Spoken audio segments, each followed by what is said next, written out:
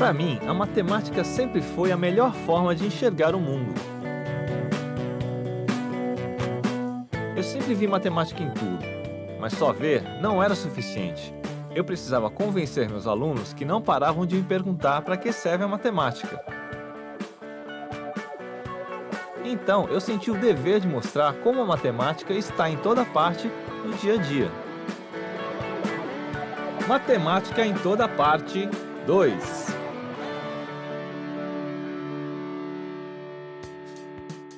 O campo é um lugar onde você pode relaxar, ouvindo uma moda de viola e comendo aquela comida gostosa da fazenda.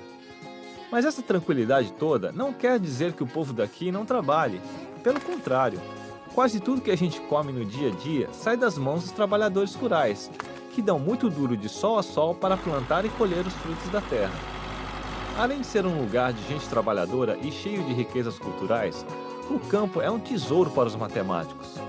Quando a gente observa uma produção agrícola, é como se a matemática brotasse da terra sem parar. E é por isso que hoje eu vou investigar a matemática em ação na agricultura. Hoje eu acordei às 4h30 da manhã para ajudar a Dona Juliana a começar uma plantação de milho. Dona Juliana, é verdade que a senhora tem 2 galos por causa de um deles falhar? Ou a senhora acorda antes do galo? Eu acordo antes dos galos, que eu tinha um galo e ele morreu, então eu sou obrigada a acordar sozinha. Qual é a época do ano que é melhor para se plantar o milho? Então, a gente pode plantar em março. Por quê? Porque é o mês para você plantar o milho para as festas juninas, quando vende mais milhos. A senhora usa o litro como uma unidade de medida diária? Sim, uso o litro, porque eu armazeno o milho no litro e depois eu boto na bacia para levar para plantar. Olha o bichinho.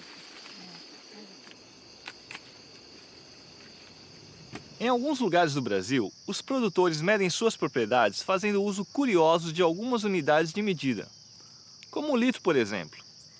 A gente está acostumado a usar essa unidade para medir quantidades de leite, de suco, de água. Mas alguns produtores usam o litro para medir a extensão da terra,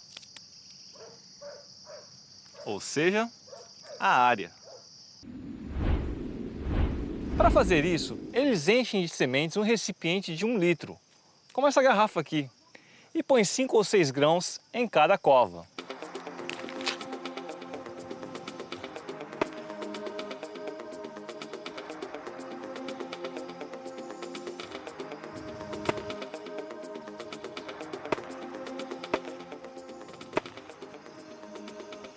A área plantada com todas essas sementes é o que eles chamam de 1 litro de terra. Como a medida depende da quantidade de sementes que cada produtor usa por cova e da distância entre cada cova, o litro é uma medida aproximada. Normalmente, 1 litro de sementes de milho corresponde a 600 metros quadrados. Para se ter uma ideia, um campo de futebol tem aproximadamente 18 litros. Essa unidade é bem prática e faz muito sentido para quem vai fazer o plantio e precisa carregar as sementes. Para evitar mal-entendidos em situações como a compra de uma propriedade, por exemplo, é importante que todos utilizem a mesma unidade de medida. Por isso, a padronização das unidades é importante. Para medir áreas, a unidade de medida adotada internacionalmente é o metro quadrado, seus múltiplos e submúltiplos. O litro também é uma unidade padronizada, mas serve para medir volume. 1 litro corresponde ao volume de um cubo com 1 decímetro de aresta. Além de ter as unidades padronizadas, a gente precisa usar essas unidades para medir as grandezas correspondentes. No caso do litro de terra, a área é medida com uma unidade de volume. Isso pode causar confusão. Mas as unidades padronizadas como o metro não são mais importantes do que as unidades regionais e culturais, como o litro. Essa variedade de unidades de medida é mais uma prova da nossa riqueza cultural. O negócio é que as unidades de medida padronizadas, como o metro, facilitam a conversa entre os agricultores de todas as regiões, de norte a sul. Até agora, a gente falou de unidades de medidas que representam área ou volume. Mas essas não são as únicas coisas que a Dona Juliana precisa medir na sua plantação.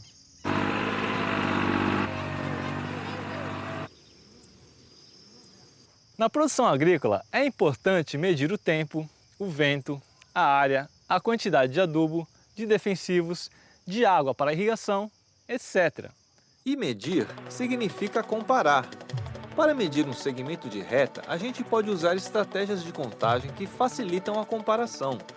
Para medir a área dessa cisterna aqui, por exemplo, eu não preciso cobrir tudo com meus quadradinhos coloridos. É só medir os comprimentos dos lados e multiplicar. Como a gente sabe, a área de um quadrado é o resultado da multiplicação da base pela altura.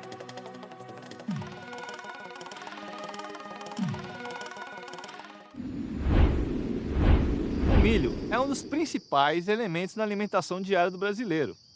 E com milhões de bocas para alimentar, a gente precisa mesmo plantar e colher muito milho. Mas se a colheita em geral só acontece 1 ou 2 vezes por ano, como a gente pode comprar milho o ano todo no mercado? O armazenamento de grãos é uma atividade fascinante. A prática de estocar os mantimentos ajudou o homem a enfrentar os invernos mais rigorosos, organizar as civilizações e acelerar seu progresso econômico e científico. Tudo isso porque um dia alguém pensou que seria bom guardar o excesso da produção agrícola para consumir mais tarde. Por isso, dá para dizer, sem medo de errar, que o armazenamento é tão antigo quanto a própria agricultura. Como não podia deixar de ser, tem muita matemática envolvida nessa história. E o que eu quero investigar agora é como a matemática acontece nos silos de armazenamento. Hoje eu vou conversar com Elias, um camarada que trabalha muito. A gente está aqui há um tempão e não para de chegar milho para colocar dentro do silo. Elias, tem certeza que esse silo tem fundo? Tem. E qual é a capacidade desse silo? Silo tem capacidade de 65 até 190 toneladas. E existem silos maiores que esse? Existem silos maiores até 10.000 toneladas. Elias, como é que você faz para saber o nível de grãos dentro do silo? Através de uma régua de metragem, com a metragem por dentro, né? Você olha em cima, você olha e vê a metragem que ele se encontra. Esse silo aqui tem o formato de um cilindro. E ninguém escolheu essa forma por acaso, ou porque achou bonitinho. O cilindro é uma forma muito boa para silos de grãos, como esse aqui. Como não tem cantos, ele favorece o giro das hélices internas, a circulação de ar e a distribuição igualitária de defensivos, por exemplo. Para determinar o volume de um silo como esse, a gente calcula o produto da área da base pela altura. Como o formato da base é circular, é preciso descobrir a medida do raio para efetuar esse cálculo. Saber a capacidade do silo é fundamental para planejar o armazenamento da produção de grãos. E quando o camarada quer guardar outras coisas? Pois é, nem sempre os produtores vendem a colheita em grãos. O milho também pode ser vendido em espigas. E uma das formas de armazenar um monte de espigas é o bom e velho caixote de madeira, que tem a forma de um paralelepípedo. A vantagem dos caixotes é que eles são fáceis de carregar, podem ser empilhados e, além do mais, qualquer pessoa pode fazer um com pregos e ripas de madeira. O caixote é uma forma eficiente para as espigas, como o cilindro é eficiente para os grãos. Ou seja, cada coisa tem um recipiente com a forma mais adequada às suas necessidades. Para ilustrar a diferença entre algumas formas, eu vou usar 3 recipientes. Um prisma triangular, um prisma hexagonal e um cilindro. Se a gente esticasse as laterais, elas se tornariam segmentos de retas idênticos. Quer dizer, a quantidade de material utilizado para produzir as laterais das 3 formas é a mesma. Mas se a gente encher esses 2 recipientes até uma mesma altura, vai perceber que o prisma hexagonal comporta mais líquido do que o prisma triangular. Vamos ver?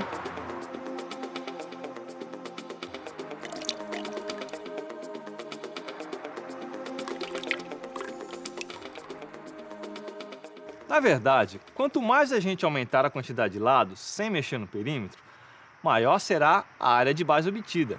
E esse processo pode ser repetido até que o polígono fique parecido com uma circunferência.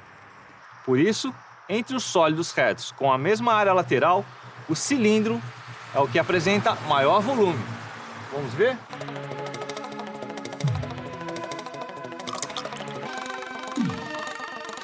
Tá aí. Quando a gente empilha alguns cilindros, percebe que eles deixam espaços vazios, ao contrário do que pode ser feito com os prismas triangulares, quadrangulares ou hexagonais. Por isso, a gente diz que esses três são os únicos polígonos regulares que pavimentam o plano. Quer dizer, os ângulos dos vértices unidos somam 360 graus, e por isso, quando a gente junta um no outro, não existe espaço sobrando nem sobreposição. Esses prismas hexagonais unidos assim, não lembram alguma coisa? As abelhas armazenam o mel em estruturas parecidas com prismas hexagonais produzidas com cera. Essa forma é ideal para as colmeias, porque além de armazenar uma quantidade maior de mel, permite uma pavimentação perfeita e representa uma economia de cera para as abelhas. Por isso, dá para dizer que essa estrutura que a gente chama de favo de mel é um dos silos mais inteligentes do mundo. Tudo que se faz no campo depende de conhecimento matemático e muitos cálculos. Mas para mim, o grande barato é pensar que a matemática também precisa da agricultura. Ou alguém acha que matemático trabalha com fome?